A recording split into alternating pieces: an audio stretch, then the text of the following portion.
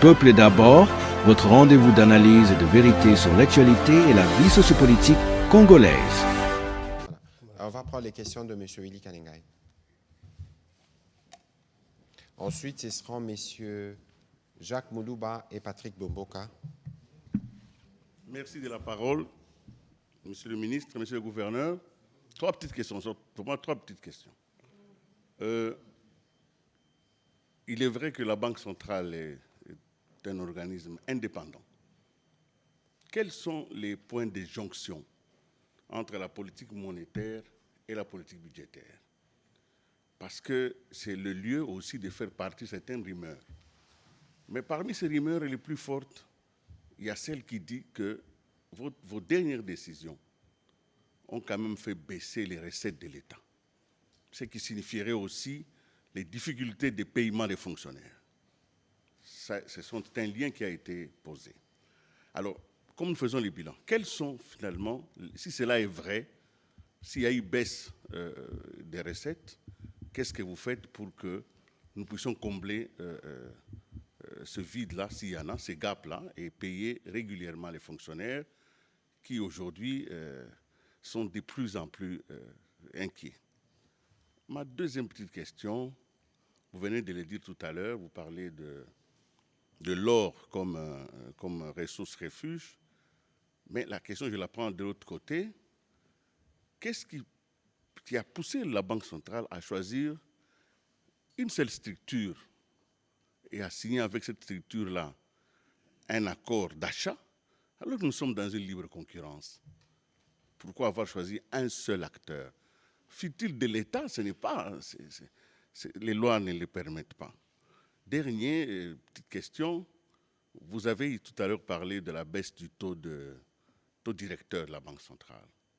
Est-ce que vous ne poursuivez pas deux objectifs contradictoires? Est-ce que vous ne pensez pas que cette baisse peut avoir une incidence sur l'inflation et même sur le renforcement de ces francs congolais que vous voulez protéger? Ce sont mes trois questions. Voilà. Merci beaucoup, M. Willy Kalengay. Sur la question de fonctionnaires, le gouverneur en dira sûrement davantage, mais j'ai discuté encore ce matin avec le ministre des Finances pour dire que pour le mois d'avril, il n'y a pas de retard et que les dispositions sont prises pour que les perturbations qu'il y a eu les mois précédents ne se produisent plus durant l'année qui va suivre. Allez-y, M. le gouverneur. Oui, M.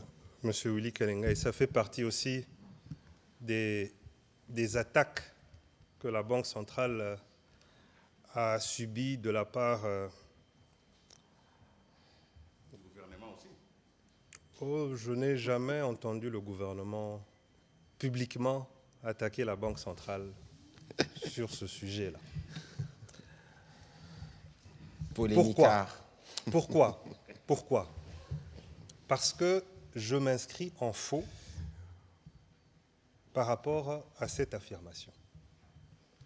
Parce que quand on fait une politique gouvernementale, les recettes qu'on met à votre disposition, ce sont les recettes budgétaires pour faire votre politique. Et les recettes budgétaires n'ont pas baissé. Les recettes budgétaires n'ont pas baissé. Les recettes, l'année 2025, et ce sont les chiffres du ministère des Finances, sur 27 401,2 milliards de francs congolais d'assignation de recettes budgétaires,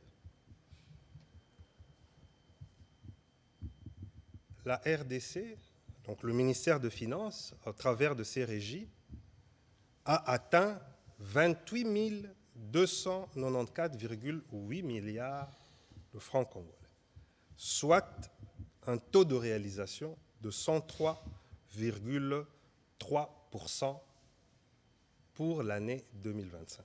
Maintenant, la question qui... Je viendrai pour 2026, ne vous inquiétez pas. La question qui se pose, est-ce qu'avec l'appréciation du franc congolais, on a vu les recettes baisser? Mais c'est factuel.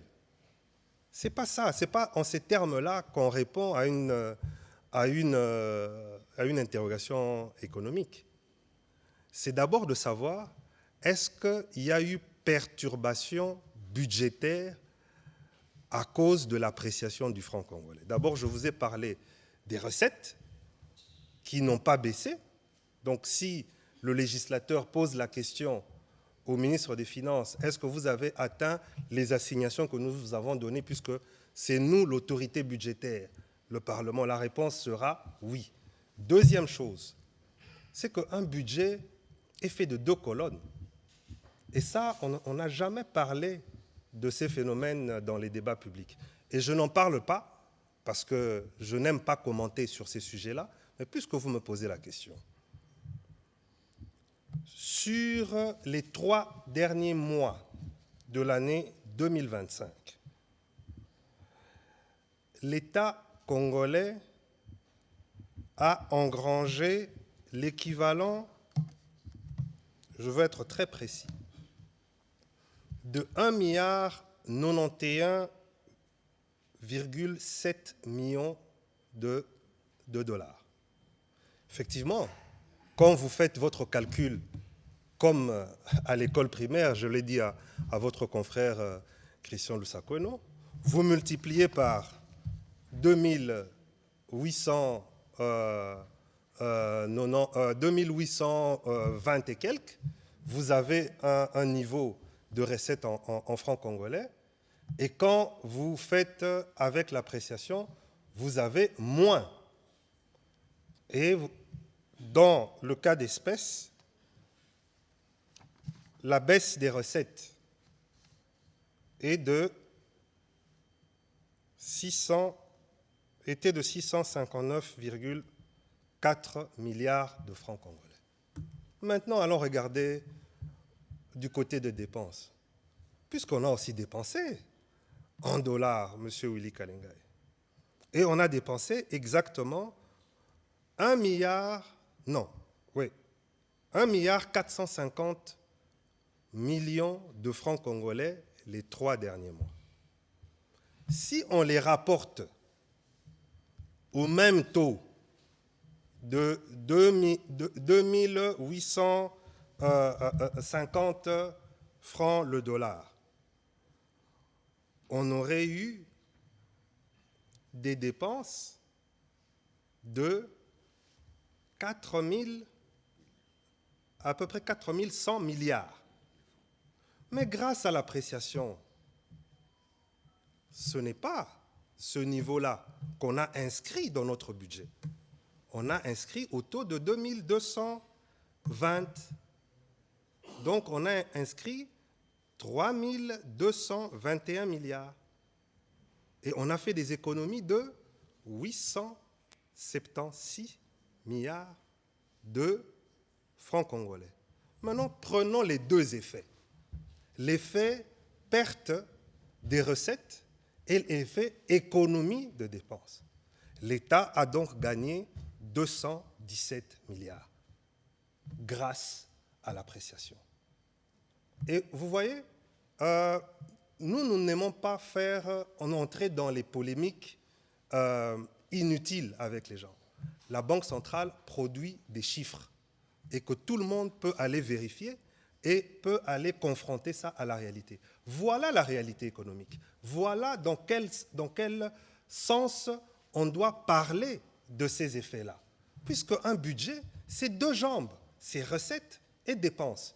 Mais il ne faut pas, puisque c'est intuitif, de dire que bon, les recettes sont en dollars, si ça baissait, mais ça tout le monde le comprend. Mais poussons un peu la réflexion un peu plus loin, et les chiffres qui sortent ici, ce sont des chiffres que tout le monde peut vérifier. Maintenant, les 3 premiers mois. Je peux encore vous dire que les recettes n'ont pas baissé. Nous avons eu des problèmes avec 2 régies. La DGI et la DGRAD. La DGI, problème de réforme de la facture normalisée. C'est la principale taxe d'ailleurs qui est collectée pendant les 3 premiers mois de l'année. Et la DGRAD, c'est retard dans l'exportation, dans la reprise des exportations de cobalt, vous verrez que la DGDA, comme par hasard, a atteint ses assignations sans problème.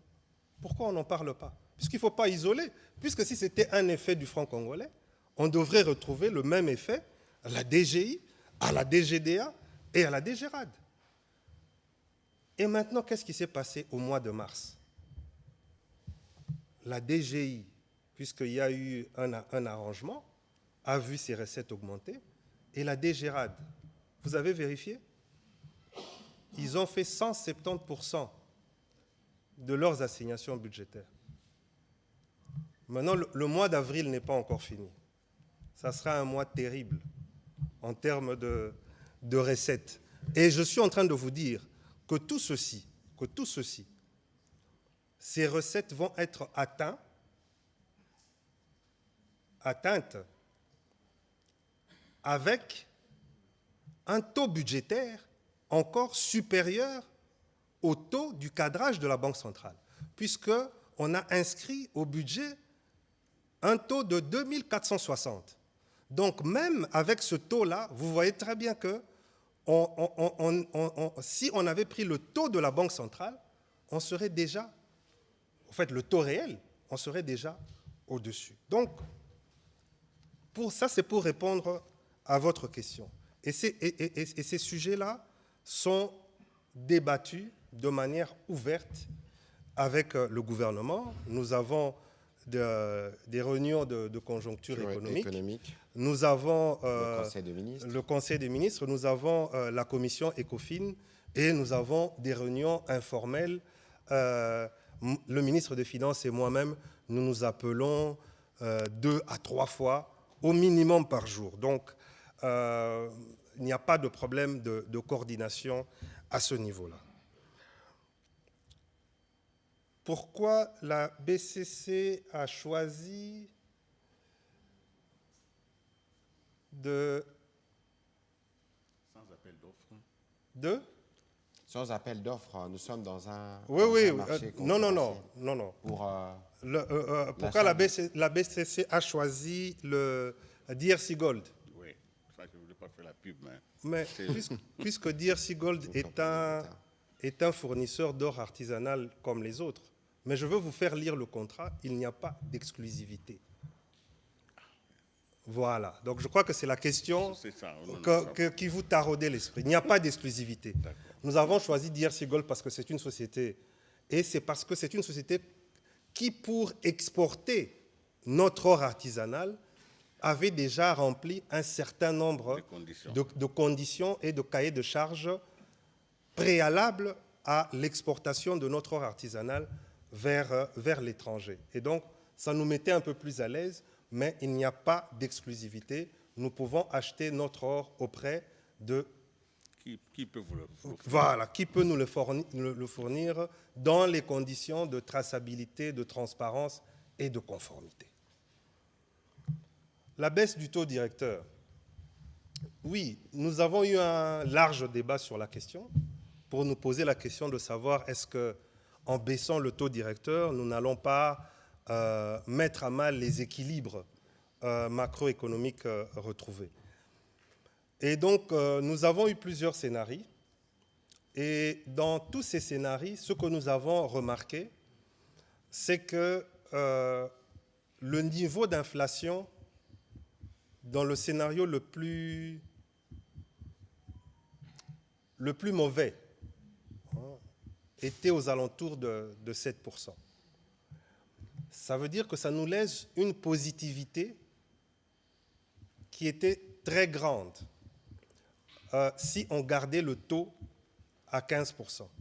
Donc il fallait quand même montrer que nous sommes dans une situation et ancrer les anticipations du marché.